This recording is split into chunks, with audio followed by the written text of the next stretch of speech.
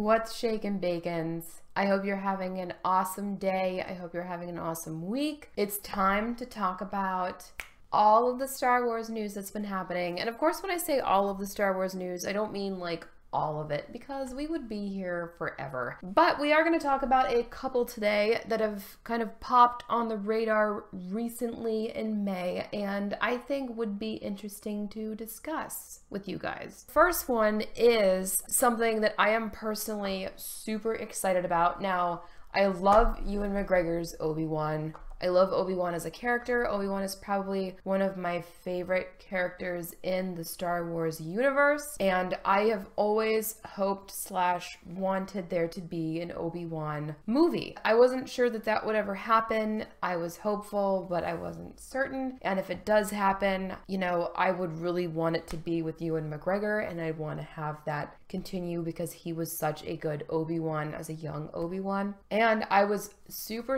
excited to see pop on my radar from Fanthatrax news that the Obi-Wan Kenobi movie is in pre-production and filming is starting to be scheduled for spring 2019. Now, I should state very clearly, as far as I know, since this has not been officially announced, it's not 100% that this is going to happen. This is still probably good. I would say this is still probably safe to state that this is mostly rumor and conjecture. However, according to Fanthatrax, they have a source that has seen documents that confirm that the project is far enough along that an art department is in pre-production mode at Pinewood Studios, and they've got concept artists, modelers, and storyboard artists working as a team across the 2 locations on the film, and it looks like the team is growing. It says they have a director, and it's rumored to be Stephen Daldry, a writing team that it has been rumored they've been working on the movie since late last year. So this is pretty exciting for me. The scheduled release date is December 2020. This is really exciting for me because, like I said, I love Ewan McGregor and his portrayal of Obi-Wan. My only concern is we can't really see a movie about young Obi-Wan unless it's with Qui-Gon, and at this point Liam Neeson's obviously older, Ewan McGregor's obviously older. They would have to do a lot of CGI and makeup to try and make them younger, or they'd have to choose someone else to play both of them potentially, which I don't think would go over very well. I don't think that doing a younger Obi-Wan is the best idea. Of course, they could touch on the time period where Obi-Wan was training the younger Anakin, or they can go after Obi-Wan leaves a young baby Luke with Owen and Beru on Tatooine, and something happens in that time period. There's not a whole lot of time for there to be a solid Obi-Wan movie, so I'd be very curious if this is happening, what they're going to do with it, where they're going to go with it. One of my Patreon producers actually had a pretty genius theory on a potential plot for this movie, and I really hope he's right. So RD Artuno, I hope you're right on your theory. I don't want to say your theory in the video because I don't want to completely steal your thunder or anything, but it involves Darth Maul, and needless to say, I think it would be very cool. So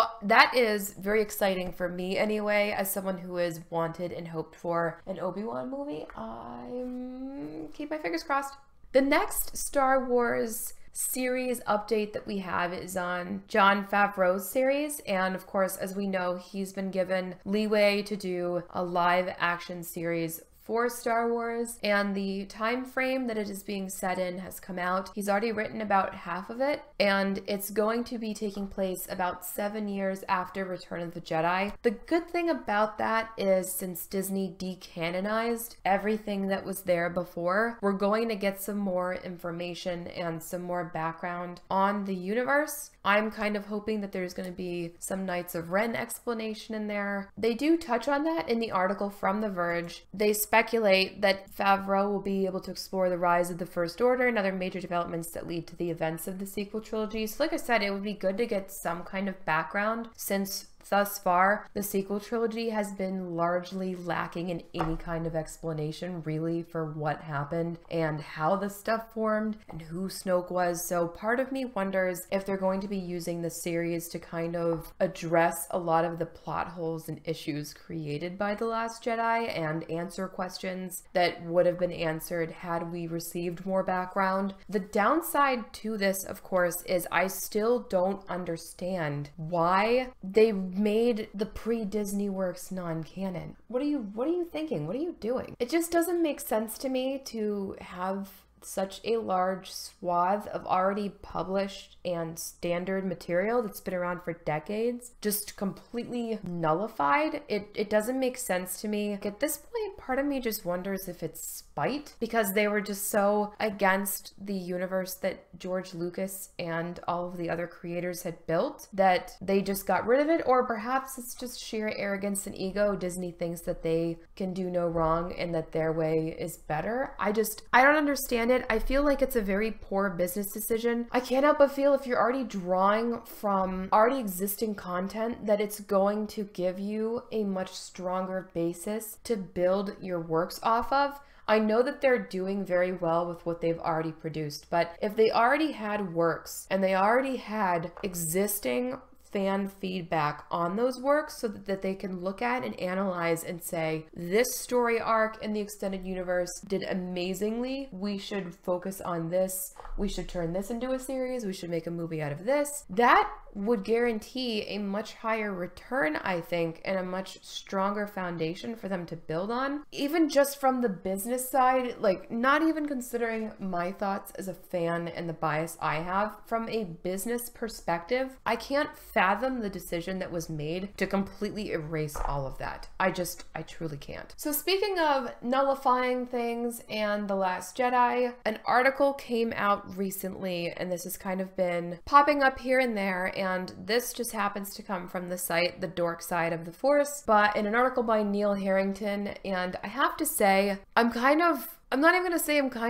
fairly offended by this article because of how high on his soapbox this author gets. And the reason I say this is this article is about an interview that was resurfaced of Rian Johnson, where he said that part of his goal when working on a movie is to get half of its fan base to hate it. And I feel, first of all, for those of you who have seen my videos on Star Wars, you know I don't like Rian Johnson. Part of the reason I don't like Rian Johnson is because of his arrogance. Every time I hear him say something like this, and if I hear people talk like this in person, I can't help but feel like they are putting on a show or they're being pretentious. It's like the stereotypes people level at hipsters. Like, you see those like hipster restaurants where they serve you a dessert like on a flip-flop, or they give you deconstructed spaghetti and it's like raw spaghetti noodles and the sauce is in a mason jar, and they think it's great and pretentious because it's different and they get on their high horse about it. Just because something is different doesn't mean it's good. It's just a level of arrogance that I don't like. I don't feel like anybody should approach a project with the mindset of just alienating half of the people that love it or just crapping all over part of their childhood. And this article talks about how this interview came to light, but the way in which Neil Harrington discusses this, he says, it's weeding out entitled and salty fans who are toxic and sucking the life out of the fan base. Good riddance to you all, and don't let the door hit you on the way out. What really annoys me about this, aside from the fact that he says these are people who don't genuinely appreciate the franchise, is that this person, Neil Harrington, is getting on a soapbox and pretending to be open-minded by liking this movie and kissing Rian Johnson's ass, who probably doesn't know that this person exists and doesn't give a shit about them. You're completely dismissing over half of a fan base that says, hey, you've butchered our characters. And this is along the lines of how people said anyone who hates The Last Jedi just hates equality and they hate women. That has nothing to do with it. I love equality. I am obviously a woman. This movie had a horrible story. It had plot holes. It had no logic to it. It was poorly written, and it was poorly edited, and it was poorly directed. In fact, the best scenes from that movie were the deleted scenes that Rian Johnson pulled out because he felt they didn't fit. And ironically, those deleted scenes were the most true to the franchise. And I just realized I'm ranting. Anyway, I cannot believe that anyone would go into a project on this scale with the intent to deliberately alienate half of the fan base. And part of me can't help but wonder if Disney had seen this, if they would have signed him on, knowing that this might be what happened. Because even though they made money on this, you can bet your boots that Disney does not want to have such a large chunk of potential income and revenue alienated to this extent. I can't help but imagine if I was an executive at Disney and I saw this, I don't think I would have hired Rian Johnson. And I mean, I wouldn't have anyway, because to me, it just makes no management sense, because you're hiring someone who is a small leagues director to handle such a big franchise with a huge budget that they've never handled before. With this kind of a history, I can't fathom why this choice was made. I genuinely can't. Regardless of whether or not Rian Johnson pretends that he is avant-garde by saying that in order to make a good movie, you have to make half of the people hate it, which, look at Infinity War, look at Black Panther, look at Guardians of the Galaxy.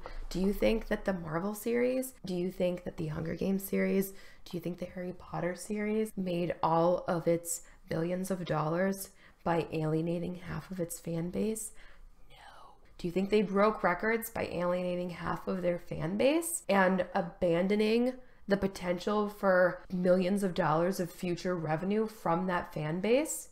I just don't think it's a good business decision. So I'm going to stop ranting about this. The last piece of news that I think is very interesting, gives me a new hope, if you will, is that news has come out that a veteran of the Mass Effect franchise and the Dragon Age franchise and someone who worked on God of War are working on a new Star Wars video game. The truth of the matter is there really has not been any good Star Wars games that have come out since EA has held this license. What we've had is controversy over microtransactions and loot boxes and just kind of across the board MMOs. We haven't really had anything done at the level and the caliber that it used to be. The specific BioWare producer in question, of course, is Brian Brown. What they need to do is come out with something with a stellar story. I'm really hoping that these studios are taking a huge hint from how well God of War is doing lately, because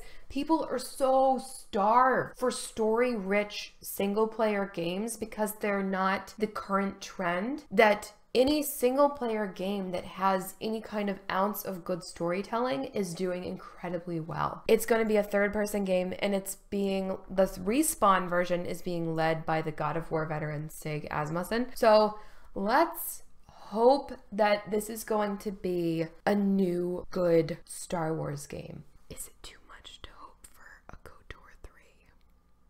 I genuinely don't know what I would do if it was KOTOR 3, because it's been so long. I don't even know what I would do if it was a KOTOR 3. That's our news roundup for May so far, guys. What do you think about all this stuff? And if you want to hang out on Twitch, you can come hang out live Monday, Wednesday, Friday at 7:30 p.m. Eastern Standard Time. Also, if you feel like it, please hit the subscribe button because it's free. It doesn't cost you anything. That way, if you enjoy content like this and you want to see it now and then, you'll get to watch it and you'll know when I put a new video up. And if you want even more goodies from me, if you become a supporter on Patreon, I put extra goodies and rewards up there that are specifically for patrons that help support and build the show and join the community. You can even just do $1 a month, and it's already helping me improve the stream a lot. I was able to invest in upgraded lighting. If that's not evident from the fact that these videos are starting to look better and better, it makes me really excited to think that I can start improving and making things even better, because my goal is to make great content for you guys, because that's what I really love doing. I really love doing this. So thank you so much for my current supporters on Patreon. I really appreciate you guys more than you know, and probably more than I can fully express. I hope you are all having a good one. Don't forget to fill me in on your thoughts in the comment section below, and I will catch you all later.